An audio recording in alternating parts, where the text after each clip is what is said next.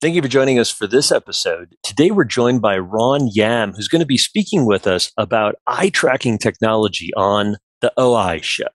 Thank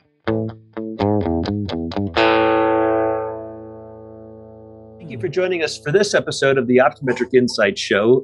Today, we're joined with Ran Yam, and Ram is an executive with a company that I'm excited to kind of share with you called Novasight.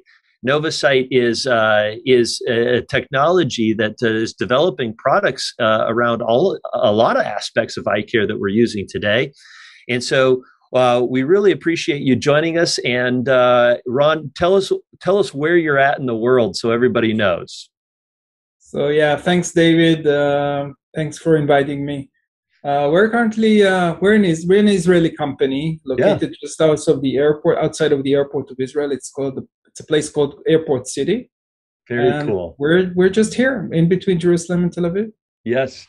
Well, it's sure a pleasure for you to join us. So, yeah, Ron, your experience is in mechanical engineering, and I know you've had aspects of your life where you've dealt with things with the military. You've dealt with things in the tech world. And now you have this company, I believe, that you co-founded that is in the eye care space. How did you get into this arena in this world of eye care stuff? Yeah, it's a good question. So first of all, as you said correctly, my background is in mechanical engineering, but my entire career is around optical systems in very different industries. So starting with defense, then we developed an optical switch for the optical communication industry, and then in the semiconductors industry, we developed another company. We developed an wafer inspection machine, large machines that inspect wafers. And for the last 10 years, I've been heading the R&D activity of VisionX, which is a company dealing with eye care. But when I joined the company, it was a small break-even company dealing with map inspection, with lens mapping, lens inspection, and I actually joined the company to help them to move towards the medical device industry. Got it. And we actually used the same technology that was used for lens mapping to eye mapping. And this was like a huge success. So the company is now one of the global leaders in eye care, in eye diagnostics. And so I've been heading the R&D for 10 years. And the story here is quite interesting because there was someone that I knew that sent me, a presentation of someone he knew. And this guy, who is currently the CTO of the company, was a retired nice guy that had an idea of helping a friend. So he had a friend. He was a serial entrepreneur by himself, already retired, and he had a friend that went through a stroke. Now, once you have a stroke, in some cases, half of your body muscles are getting weakened. And if it happens to the muscles of the eye, then you're getting into, you're having strabismus, misalignment of the eyes. And then, with adults, the brain cannot cope with strabismus. And then the doctor would usually patch the weak eye in order to just eliminate it. And he came up with this idea of having a virtual reality device with eye trackers that can show the deviating eye the image that it would have seen if it was looking straight. This was his idea, and he came to me actually looking for funds. And then I thought, wow, this is a great idea. And then with the third founder of the company, which is a professor from Sheba Hospital here in Israel, we thought using eye tracking in ophthalmology has a huge impact and huge potential far beyond adults suffering from strabismus. And this is where we started. And then we just spread around ophthalmology in very different directions. Yeah. So Novasight is this company that really, as you kind of pointed out, is specialized in the eye tracking. So it sounds as if that's kind of where you started, and now you're just seeing how eye tracking can explode in so many different ways. I did a little consulting with Oculus in the virtual reality world, and such a big part of that is the eye tracking. Why people felt so nauseous and so forth. Correct. So you've worked in a couple of different areas, strabismus and so forth. And if I recall, you've got a couple of different things either launched or in the pipeline around diagnostics and around treatment. So tell us a little bit around the diagnostics, like where you're seeing that eye tracking can be used, and then what you're thinking in the future that we could be using for eye tracking. Right. So let's start with diagnostics. So we do have already a device on the market. It's called the Iceswift and being distributed by EssilorLuxottica. So we already, the device is available, not in the US yet. And this device is already measuring running 7 different tests around visual acuity, around strabismus. So we're, I would say, the experts of measuring the misalignment of the eyes, both the fixed strabismus, but also the latent strabismus, what we call phoria. So your tendency for the eyes to either open up or close once you're tired. Now, so this is one thing. Another thing that we can measure is, for instance, the suppression of the brain and stereoacuity. And very interestingly, we can also measure the reading ability. So we let a kid in different ages read a paragraph, and we follow the eyes, right? And you know that once we're reading, we're using a saccadic movement. So that means that the eyes are jumping from word to word to word, from fixation to fixation. So we are measuring those fixations points, and we can tell how fast the kid is reading, how large are the fixations, does he has to read back, which we call regression. So we can actually analyze the ability or the quality of reading, and then we can grade according to his level. And if his reading is abnormal, in most cases we can say, is it an ocular thing? Is it eye-related issue, for instance, lazy eye, or need for glasses, or strabismus, or it's an unrelated ocular thing that could be ADHD or dyslexia. So this is on the current device. Mm-hmm. And we have more coming on the next generation device. Yeah, so I saw that you had posted some second generation stuff, and that's some really cool stuff. Are you willing to talk at all about second generation? Sure. and where you're kind of thinking about that? Just because I already read about it, and I think it's really cool. It is. So really exciting stuff is coming up in the next generation, which we plan to release early next year. So things like automated visual acuity. So just imagine, you don't need to ask anything, the kid. You don't need to, especially young kids. How do you measure them? How do you measure the visual acuity? You have to ask them if they see letters, numbers, characters. Difficult, takes time. Ron, how does that work? How does that work? Tell us about that objective test of something we've done subjectively. Correct. So this is really thrilling. We use the same concept for both visual acuity and also contrast sensitivity, which really takes forever if we try to do it manually today. So the main concept is that we are moving stimuli over the screen. These stimuli change both the spatial frequency and the contrast according to the test that we are running. And once they are moving, we're tracking the eyes. So during the time that the eyes are tracking the stimuli, we know that the person can actually detect the stimuli. But once he is losing detection, the eyes now are jumping back and forth looking for the stimuli, we know that we reached his threshold. And this could be done either according spatial frequency or contrast. So very, very quickly, we can map his vision without asking him anything, just following his eyes. This is really exciting and coming up. Another thing which is, I think, really interesting is to measure the eye elongation via eye tracking. Again, it's a novel test that we invented today in order to measure eye elongation, which is the most important part of myopia monitoring. You have to have a device called a biometer. Here, by measuring another component of the eye, the radius of rotation, we can come up with the eye elongation. This is really on the preliminary stage of R&D, but also very, very exciting. Mm-hmm. That is really cool. And then you have another diagnostic device as well, if I'm correct. And is the other one, the one you just mentioned, is called the Iceswift? Is that right? Correct. And something I thought was really interesting is it's measuring 90 times a second. Is that correct? So everything that we do today is based on a dedicated eye tracker. It's a sensor that can measure the eye's gaze and position 90 times per second. Now, this is implemented in all of our devices, but the pipeline product of diagnostics, we call it Cureside, Okay. is also thrilling because here we're trying to use the integrated cameras that you have in your tablets and laptops. Instead of using a dedicated hardware piece, Right. the eye tracker, then now it's becoming now a software solution. Right on our phone. Yeah. Yeah.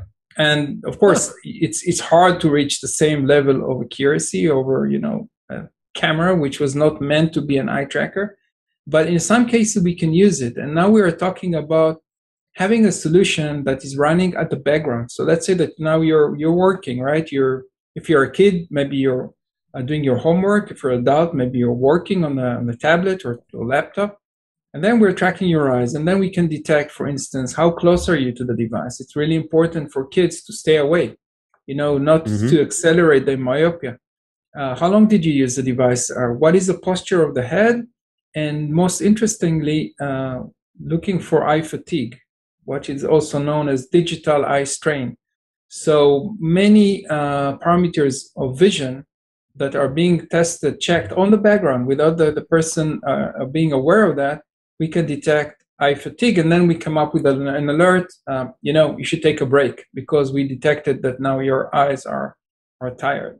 Yeah. So this is coming up soon as well. So that has incredible commercialization opportunities in so many arenas, from working with companies, working with HR organizations. That's really, really slick. So let's slip over to the treatment aspect. You've got a product available right now where we can encourage children to watch Netflix. Is that correct? Correct. Netflix is just one example. Yeah. But this device called Cureside is intended to treat amblyopia or lazy eye. So let's have a word what amblyopia is. So amblyopia is actually a suppression of the brain. So the brain is suppressing vision in one of the eyes, and the background cause of this lazy eye is usually one of two: either strabismus, when the two eyes are not looking to the same direction, or what is called anisometropia. Each eye needs a different optical correction. In both cases, the brain doesn't get the same image from the two eyes, and then the brain is suppressing the vision channels of one of the eyes. And treatment for lazy eye today is patching, and patch is being placed over the strong eye in order to force the brain to work with the weak eye. But it's not hard to understand that patching compliance is really low. Kids hate the patch, right? Either they remove it or they don't even willing to start the treatment. And compliance for patching is less than 50%. And this is what we are going to solve with Cureside. So Cureside is a device which is leased to the kid, to the home to the period of treatment, which is something between 4 to 6 months. And the kid is watching every day his favorite content, which, as you said correctly, could be anything. So imagine Netflix, imagine YouTube, imagine Disney, whatever, Zoom, for educational purposes.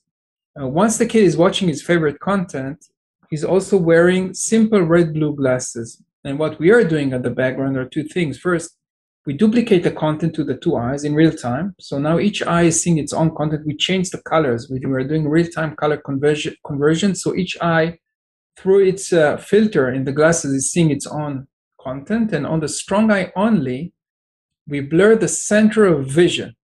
Only the center of vision of the strong eye, wherever the eye is looking at, momentarily. So we are moving this blurred circle according to the momentary gaze position in real time. So everything is done in real time. We are collecting the gaze position of the eyes by the eye tracker in real time, and then we blur by real-time image processing this exactly area of the fovea. So this way we stimulate the brain to start working with the amblyopic eye on one hand. On the other hand, we teach the brain how to work with the two eyes together and start building 3D perception, which usually is not being built by regular patching. Yeah. In the world of amblyopia, we've seen a substantial shift since I was in school. As many of you, as our listeners know, my wife has binocular vision, and we have a vision therapy clinic. And she, in her 15 years of practice, has seen this incredible shift that Ron is really talking about. Is that patching is just the way of the past, and she has got several lectures that are called patching, pitching the patch and getting rid of the patch. And in the amblyopia world, we really are starting to focus on what Ron is talking about, and that is what's called MFBF, and that's monocular field in a binocular field. And so seeing the world in this binocular world with this monocular view, and it's possible in real space, but it's really, really done so effectively with virtual reality, but even more so with what's Ron talking about with this eye tracking capability, and making it so that it's something that can be done every day easily. It's something that people aren't, hating to do. We've seen a huge improvement in our vision therapy clinic with virtual reality being part of how we can alter how people are seeing. But this next iteration that Ron is talking about is something that's going to further revolutionize binocular vision, and hopefully, Ron, make it something where it's far more accessible for the average practitioner to really start embracing and bringing into their practice. I mean, they're not fighting with their patients to use a patch. They're encouraging them to do something they're already doing, right? Well, if you do want to watch television, you have to do it in your MFBF world, in this world that you've created for them. So very cool. Congratulations. This is real slick. So that product, I think you mentioned, is already launched in other parts of the world. Is there thoughts of when that might be, available in the United States? So no, it's not commercially available yet. Okay. Yeah. It is now running clinical studies. So we had a pilot study done in 2018 over a group of 20 kids here in Israel, and we got amazing results in both visual acuity improvement of the amblyopic eye, but also stereo acuity improvement. And also very interesting is that we followed the group of kids for 6 months post treatment, and the improvement was stable. And this is easy to understand because the two eyes are now working together. It's not something that is now suddenly stopped because you remove the patch. Now, we are now running a pivotal study towards FDA approval. This study is a randomized control study. So half of the kids are being patched. Half of the kids are being treated. They are testing every month in 6 medical centers here in Israel by masked examiners. So the examiner does not know if the kid was patched or treated. And this study is of 90 kids. We're now, just yesterday, we enrolled the 71 kids. So we're quite close. On the 81 landmark or mark, 81 patients post-treatment, we're going to read out the test. So far, we are masked to the results, but coming very soon, by the end of this year, is the readout point where we could see, as we believe we will, that the treatment is really effective.